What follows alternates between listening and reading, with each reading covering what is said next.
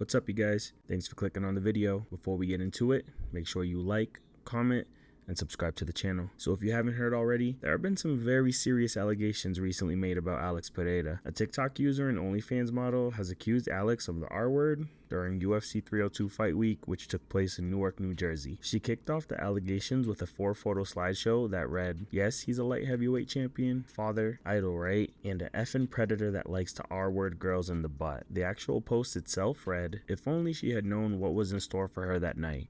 Took me a while to find the courage to come out and say this, but I've been struggling so much with my mental health and I can barely get out of bed these days. It's eating me alive, keeping it inside and not talking about it because I'm scared, but I'm hoping this will help me heal and not feel so alone. I know some people won't believe me and think I'm clout chasing and stuff like that, but I just want to feel normal again. And I'm hoping maybe me finding the courage to tell my story is the first step in that direction. If any other women have ever experienced this, I'm so sorry. You're not alone, and I hope that this helps you find your voice again too." Before we get into anything else, I want to emphasize that in this video, I'll be decoding every single post made about this incident, and any video I play will be stopped at certain points to fact check what's being said, because I think it's important to provide context for people who purposefully take things out of context for clicks and views. I promise you there is no other video that is as intricate or careful, so please pause and play as needed. I know topics like these are extremely sensitive, so I want to be careful painting the picture we are privy to at this time. To start, this is the first video that was posted by Meredith on TikTok.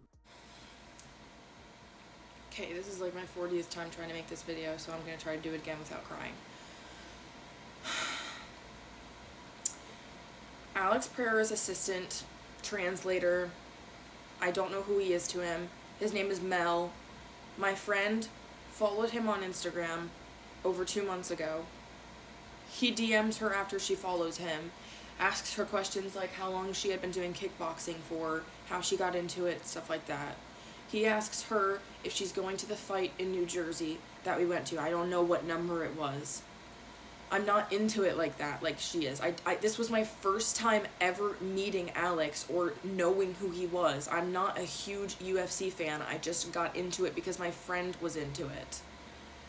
So I think it's important to acknowledge who Mel is. Though he may have been the translator that night, Melvin is a collegiate athlete turned undefeated amateur MMA fighter. He's currently 4-0 and recently fought for LFA on August 2nd, winning that fight by 3rd round submission. According to the LFA broadcast, he is Alex's assistant, like Meredith said. Pereira's assistant, Melvin Jovel, took on Xander White. Back when I covered Alex Pereira's time in Australia, Mel was not only with him the entire time, he was eating dinner with Alex and the kids when they returned home. I'll link that full video above in case you wanted to watch it later, but for the most part, things check out so far. Including the texts that were happening between her friend and Mel, these texts from May 29th also confirm that she's not a big UFC fan because these are apparently screenshots from her friend. Now, fans being fans, they ended up digging up a video of Meredith at UFC 299 watching Sean O'Malley in the main event, stating that she would flash her boobs if Sean won, and he did. Now, I can't confirm that this video was indeed from Meredith's account because when I was searching through her account when it was active, I didn't see it. However, yeah, it's her. Alex's assistant, translator, best friend, whoever he was, his name is Mel, asks my friend if she wants to meet up with him in New Jersey when she goes to the fight. He also says that Alex is wondering if she has a friend for him. I know it sounds stupid and unbelievable because I couldn't believe it myself. Why is this guy asking a 20-year-old girl to put him on with one of her friends when he's a 30-year-old, however, father who should be able to just, like, talk to a woman his age at the fight? It was planned out on purpose because he does this all the time. My friend sends Mel, the assistant and the translator, whoever he was, he never really gave us an explanation who he was. She sends him my Instagram. Mel shows Alex my Instagram. Apparently, the only thing he said was trauma. I'll try and find the text proof where my friend was telling me this, which is disgusting now that I know what his intent was. From the text screenshots that Meredith shared, this also checks out. Remember, these are allegedly her friend and Mel texting on May 29th. Mel says he told Alex about this 20-year-old girl that Meredith hangs out with, and Alex asked if she had a friend. The friend says, yeah, she does. Then on May 30th, the friend sends Meredith's IG to Melvin, who shows Alex, and Alex apparently took his glasses off and said, Shama. The same day was the pre-fight press conference. Melvin said Strickland was a menace. He asked this girl about the chances of seeing her that night, and that Alex was asking about her friend again. We go to New Jersey.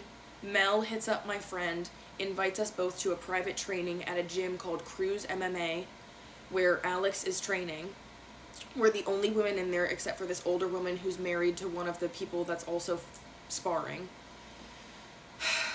I'm hoping I can find security footage. My friend spars with him. I videotape the whole time, and I'm sitting down watching.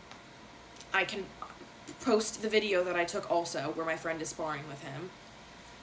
Now, the screenshots from these next text messages also confirm what she just said, because Mel asks Meredith's friend what their plans are. She says she isn't sure and will likely get dressed up, then find something to eat. This was on May 31st. Melvin says he's training now, and if they wanted to get together, that Alex would be down as well. He then asks later that night if they wanted to go train tomorrow with Alex, and the friend accepts the invite. Though Meredith didn't post a full video of her friend sparring like she said she would, she did post this screenshot, which shows her friend sparring with Alex. This happened on June 1st because the texts show that the friend was thanking Mel for allowing them to train that day. Somewhere along the Twitter sphere, someone alleged that this so-called friend was a woman by the name of Jessie. I was unable to confirm that for a solid 24 hours until Meredith posted this photo, because if you take a look at it, you see the purple shin guards, and you'll also see them here in this photo that she is posing with Mel and Alex. Jessie also grabbed this quick video while at Cruise MMA, and ever since this whole thing blew up, Jessie deleted everything from her Snapchat spotlight section, which was visible to everyone up until August 6th, not just to those who were friends with her on the app. Also, if you take a look at Alex's shorts from that day, which this photo has to be from June 1st because it's the same shorts that he has in the photo with Meredith from the slide she posted on TikTok. So I think that confirms she's not just a random fan who asked for a pic, for those claiming that was the case on Twitter. And I hate to jump around from video to video, but she directly responds to those claims in the beginning of video 2. So I'm actually going to clip that section of video 2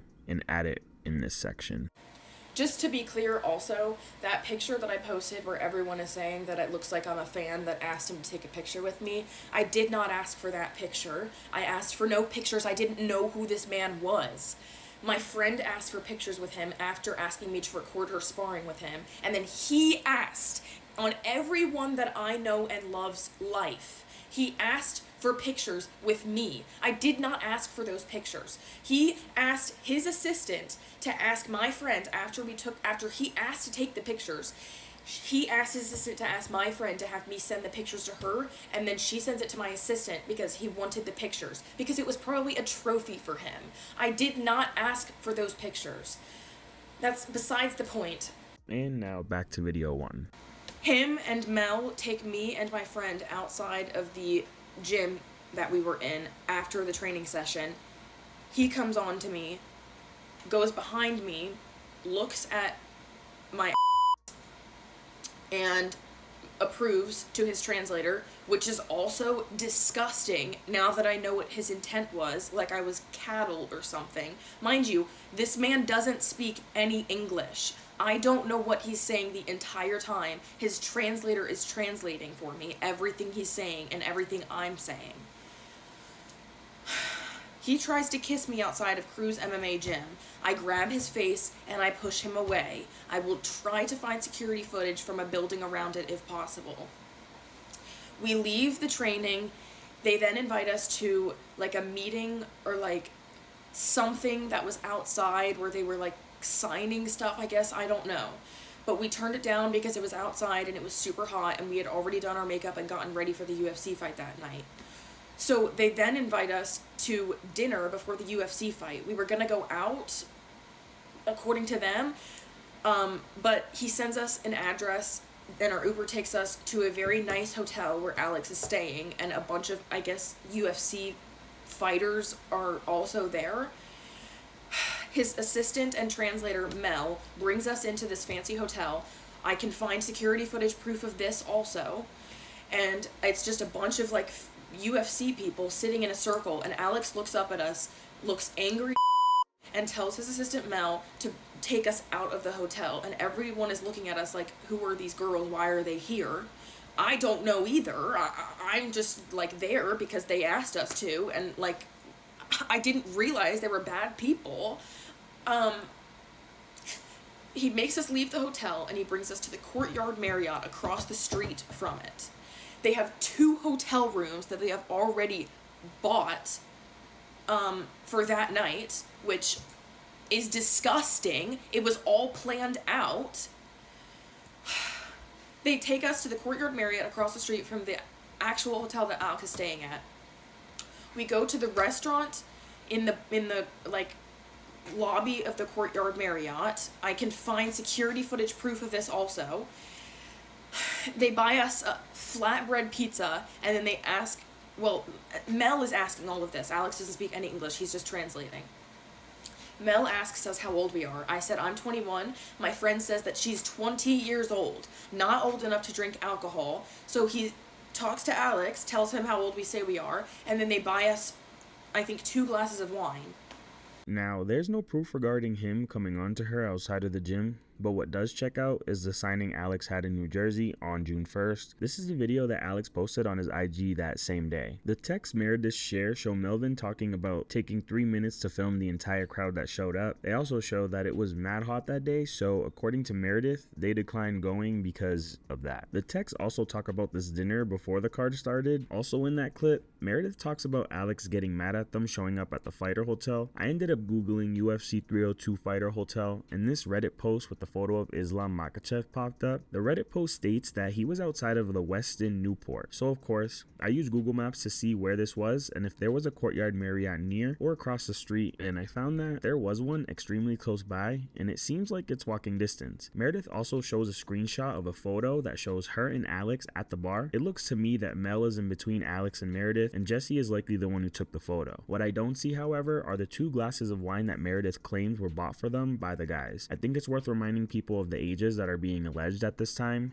Meredith's 21, Jesse is 20, Alex is 37, Melvin is 26, based off of his smooth comp profile. If Jesse was drinking wine that night, then that would be illegal, and not only would the guys get in trouble for that, but so would the hotel and the bartender that served them. However, it's worth noting that nothing so far has shown that that occurred like Meredith explained. Now, I don't know if Alex is 100% sober still, or what the yellow drink in this photo is, but his story with alcoholism is very much well known, and when he was in Australia, which was days after this event occurred, he was not drinking whatsoever. I actually make a note of that when I put together both videos of Alex in Australia, so if you're curious about what I'm talking about, you can check both of those videos out on this channel. But as you would expect, when alcohol is involved, these cases can get very tricky. I do think this is coincidental, but on June 4th, Alex posted a video talking about his alcoholism, and just yesterday, August 6th, he spoke at a drug addiction charity event, and apparently he went on to talk about his own addiction that he had with alcohol in the past. You might think that's irrelevant, but I do think it's important, and if this does go to trial, or if either party decides to pursue any legal actions, I'm sure that will be used. So, mind you, they're buying alcohol for a 20-year-old girl that is not old enough to drink alcohol, and this is on security footage. Didn't make me sign an NDA before he did any of this, like, just did it because he does this all the time probably. It was so routine and planned out. They're giving us drinks. Alex won't get off of me. I'm not into it because I don't know this man. I don't like being touched if I am not, like, if I don't know you and I'm not comfortable with you. Even if you're my family member, I just don't like being touched. I'm starting to get tipsy and I feel sick because I don't do well when I drink. But I'm trying to calm my nerves. He won't get off of me. He keeps asking me to go to the bathroom with him, or he's asking Mel, and Mel is telling me this. So I guess this is how he gets away with it, because he didn't technically, well, no, because he did it. He just technically didn't say any of it to my face. He said it through his translator, and his translator said it to my face. But his translator wasn't the one who assaulted me. He's telling his translator to ask me to go to the bathroom with him. I'm telling him no because I don't do that. I get uncomfortable and nervous. And as much as you guys think that I'm this, like, I don't know what I'm allowed to say on TikTok. As much as you guys think these things about me just because of the line of work that I do. I just do what I have to do to make ends meet. That has nothing to do with anything. I think the claims of Alex doing this all the time are dangerous without proof, and no UFC fighters are going to have people sign NDAs because not everyone's a Conor McGregor, and Alex certainly isn't Beyonce. But if things like this continue to happen, I can see NDAs becoming part of the norm, especially as the sport grows. Now, I want to make it very clear that it doesn't matter if she works at McDonald's or films herself for a living on OnlyFans. None of that makes you want these things to happen to you, and none of that warrants for these things to happen to you. People need to allow justice to take place, whichever way this whole thing plays out, because there's no way that this ends with one side of the story being told on social media. Now, because these tweets from Meredith will be relevant if this allegation turns into something more, I'll share them within the context needed. According to Meredith, what happened to her happened on June 2nd at the Courtyard Marriott. This was a tweet from her on June 2nd, hours before UFC 302. She also posted on her OnlyFans the day before and the day after. Fans also dug up an IG story from June 3rd in this video from TikTok that was posted that day as well, showing her drinking. Meredith also talks about not doing well when she drinks in the clips. On her Twitter account, she posted these two tweets about what happens when she does drink. I don't put out the first time meeting somebody because I have a lot of trauma and I get nervous and scared. I will try to find security footage. Legally, they have to be able to pull this up, right? Like, Alex can't, like, somehow, like, get it erased. That would literally not be fair. I'm gonna try my hardest to find the security footage. If it actually ends up, like, going to court or, like, something happens. I don't know what I was expecting. I just posted it because I just wanted to talk about it. I'll stop it here quick because even though all those tweets directly contradict some of the things she's saying in the video, Meredith also has tweets about her trauma. And though it's not a tweet that makes you develop sympathy for her, it's one that would help her if her mental state was ever in question. On June 13th, which is 11 days after the incident occurred, she talks about something traumatic happening to her, and when things like that happen, sexual desires become more violent. As for the security footage, that is obtainable, but there's a whole process behind it, and Meredith should be prepared because you can't just go on TikTok to get things off of your chest. You name the person who did this to you in a public setting, and now it has gained massive mainstream attention. So you could bet that Alex's legal team will use that exact clip if they pursue any defamation case against Meredith. I go to the bathroom with my friend after Alex has been coming on to me the whole night, and I feel sick and uncomfortable and like I'm about to throw up. I tell her in the bathroom, at no point during this whole entire visit with these people are you to leave me, because I'm not comfortable. We agree that we won't leave each other at any point, because Mel, the assistant and the translator, is also hitting on my friend, who's 20 years old. I don't know how old this man was. As I stated earlier, Melvin is 26 years old, according to his Smooth Comp profile. In 2019, he was a sophomore playing Division III soccer, and according to Google, in New Jersey, a person must be 16 years of age to legally consent to sexual activity, so I thought that I would add that in here because I thought it was important context. I'm trying to tell Alex's assistant to tell Alex that I don't put out like that after I meet someone for the very first time, and that I need him to get to know me and to work for it. I quote, said to his translator, trying not to be a prude and annoying, but I told him, I was like, how do I say you have to work for it? His assistant laughs, tells Alex, and Alex tells his assistant to tell us that he really likes us and he's going to take us on a trip to the Dominican Republic to get to know us better, because I guess he's trying to, like, convince me that he's not, you know, just trying to take advantage of me. So I'm like, okay, like, that's great. I don't have a passport. Like, can you, like, let me know, like, when this is happening so I can, like, pack and, like, get ready for it? Like, I mean, I make my own money and I don't need this man's money. It's not me trying to get his money. I literally could not care less if I don't get anything out of this except for to find my own voice again. I just wanted to talk about my story. I was not expecting his fans to be as bad as he is, but I guess I should have known. One of the things that Meredith will likely have to address if this gets pursued legally is if Alex was making her feel unsafe, why did she continue going back to hang out with him and Melvin? Especially if you don't know them and this is the first time that you're really meeting them. When they first met, she said he came on to her, she was pushing him off and said no, and how he was looking at her ass outside of Cruz MMA. Then there's the bathroom incident and him being all over her at the dinner and her saying no as well and that he has to work for it. She also talks about feeling weirded out about him planning to have rooms at the courtyard but still decided to meet up with the group there. So that'll be a tough one to have to address. Not to mention, why would you accept a trip with him to the Dominican Republic on his expense if you are scared of them? We have to split up because it's time to go to the UFC fight. His translator and Alex go on their own. Me and my friend take an Uber. It goes terribly. The fight ends.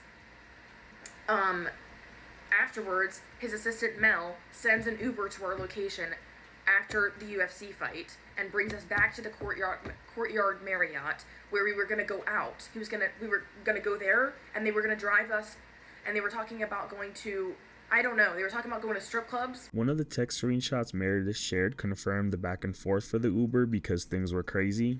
And that's pretty much it for the first allegation video and the proof associated with it. But there's still 2 additional videos. But basically, his assistant sends us an Uber to where we are after the UFC fight and brings us back to the courtyard Marriott where we were supposed to be waiting for Alex to get back from an interview, I think he said.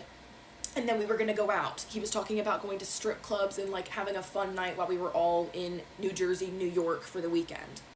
We wait for like 2 hours for Alex to come while his friend is on the phone talking about like kids with cancer and big money transfers and things that had to do with Alex. And we were like, hey, it's getting kind of late. Like, is Alex coming? Like, what's the plan? Should we just go back home because we're kind of tired? Like, if we're going to have plans, can we like get on with it? Because it's already getting very late. At this point, I think it was like 2 or 3 in the morning. Now, this part I thought was a bit crazy because while Alex was in Australia, he volunteered at Challenge Cancer, a nonprofit supporting children and families with childhood cancer. I actually covered that in the Alex in Australia videos that I keep referencing. So she's giving a lot of details that I think went over people's heads. Eventually, Alex comes to the hotel room after the interview that he was at, and he says that he doesn't want to go out. He wants to enjoy the time that he has with the people he's with. Some shit like that. And then he takes off his clothes, gets into bed, orders food, and then is trying to get me to get into bed with him. My friend and me and the translator are all sitting on the couch, and he's just sitting in bed staring at me and telling his translator to tell me things and trying to convince me to get into bed with him. I eventually get into bed with him because I was naive, I guess. I didn't think that anything was going to happen. My friend was there with me. I had told her not to leave me at any point. She had told me not to leave her with the assistant at any point. I thought that we were going to be fine. I thought I was going to be able to maybe try and get myself comfortable by getting into bed with him and cuddling with him if there was people in the room. I just have problems of my own. I have trauma. This is not the first time that this has happened to me. I was just naive, I guess. I don't know what I was thinking. I don't know why I got into bed with him. My friend was there. So was the assistant. I thought I was going to be fine. He starts touching me down there repeatedly. I keep pushing him off. I keep pushing his hand off. I keep bringing his hand back up to like my waist so that we can just like cuddle, because I'm comfortable with cuddling. I'm not comfortable with putting out with somebody that I don't know. I just met literally for the first time. He's huge, scary, doesn't speak any of my language, and I wasn't comfortable putting out with him because that's just not what I do.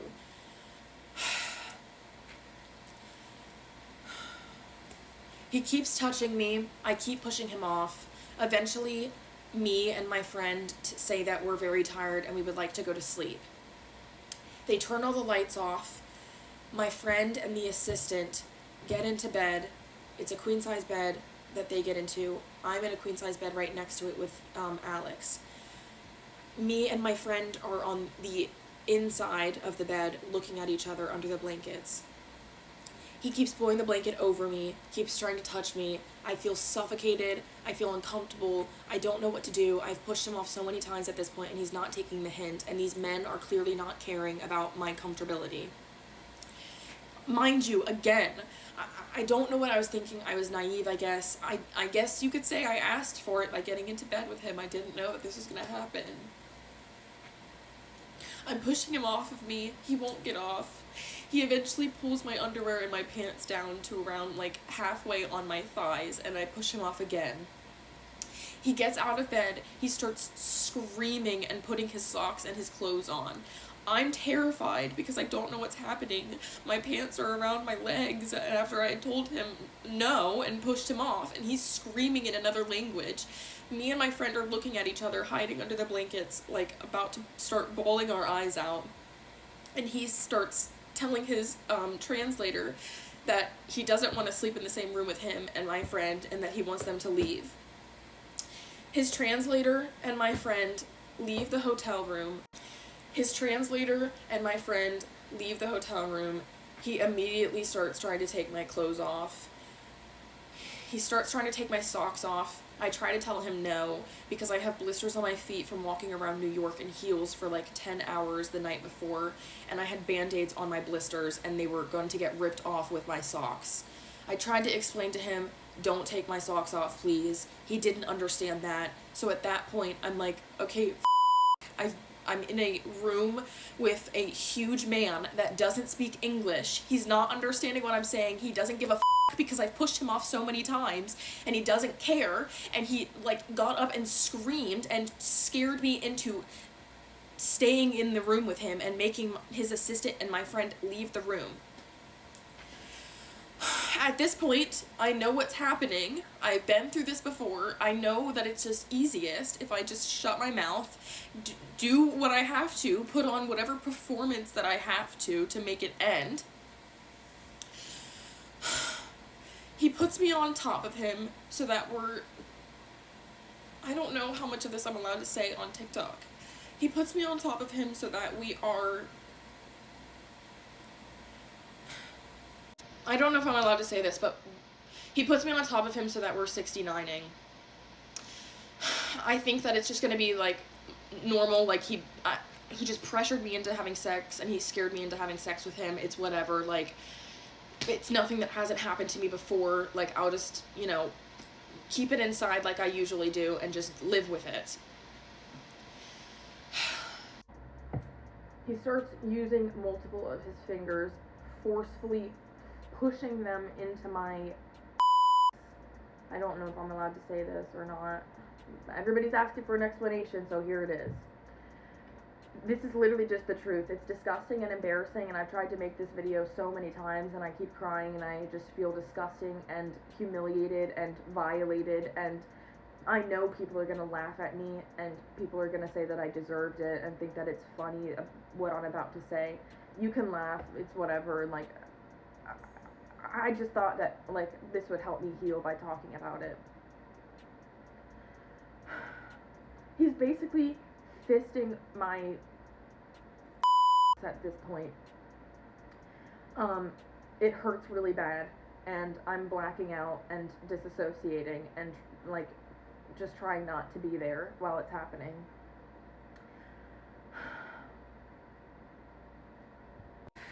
Before his assistant had left the room, I had told him to please tell Alex that I was very nervous. I don't put out on the first time meeting somebody like that.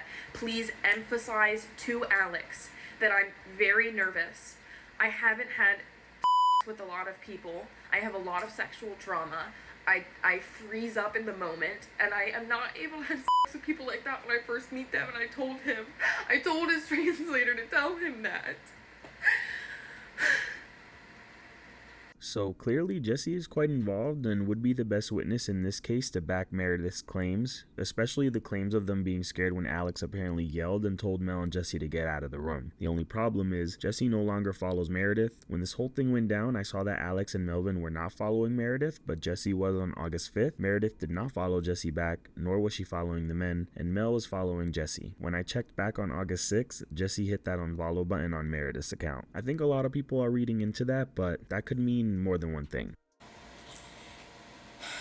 He picks me up from off of on top of him, asks me the only time he spoke English this entire time that I was with him. was to ask me to help him put it in. I tried to put it in, but I was nervous, so I couldn't. So he did it, and he put it in my and then he assaulted me. Afterwards, he got up, he took a shower, I laid in bed, just kind of like disassociated, not even really like realizing what had just happened. I'm scared as and I don't know if I can use the shower, and I'm scared to ask him. So I just go to the bathroom and I sit on the toilet for a few minutes while I literally bleed. I come back to bed after going to the bathroom. He kisses me on the forehead and he spoons me to sleep. His translator and my friend came in the next morning, woke us up, I get dressed, they get us an Uber. We go back to our hotel, pack up our stuff, and that's it. That's what happened. I don't really know what else to say, and I don't really like expect everybody to believe me. I knew that nobody was gonna believe me just based off of that TikTok that I posted. I guess I just wasn't expecting as many threatening comments. So that was the final video of the allegations. All videos are still up on TikTok, despite Meredith deactivating her Instagram account. Her Twitter and OnlyFans are still active as well. When digging things up, I saw this screenshot making its rounds that claim Meredith is making a lot of money from this, and the money she's making will help pay for defense lawyers. From the looks of the way defense is spelled, whoever wrote this is from Canada or somewhere in the UK, but that's besides the point. There is no proof those screenshots are real, so you should take this with a grain of salt, because making a fake one of these is way too easy to do. If anyone knows the originator of the tweet, please let me know in the comments. Now, since these allegations started spreading like wildfire, there has been no official statement from Alex or his team. However, Mel did take to his Instagram story to post this video. Why the f you lying? And this was posted on August 6th. But now that we have the full story and some screenshots, what do you guys think of this whole situation? I think a lot of people are saying there's no proof, and that is true for the most part. However, what Meredith does have is a timeline that matches spot on and details that are backed by screenshots she provided. So either way this thing goes, it's going to be very interesting. You know, I'll be keeping my eyes glued to this entire situation and will continue to update as things come up. But if you haven't already, please hit that like button and that subscribe button. And don't forget to turn on post notifications so you can get notified anytime we post. Videos like these take so much time to piece together for you all, and topics like these deserve thoughtfulness and carefulness, a lot of which I think is missing in the MMA space today. So if you want me to continue doing these, any bit of support truly goes a long way, and remember, engagement is free. But as always, thank you all for watching, and I'll catch you all on the next one.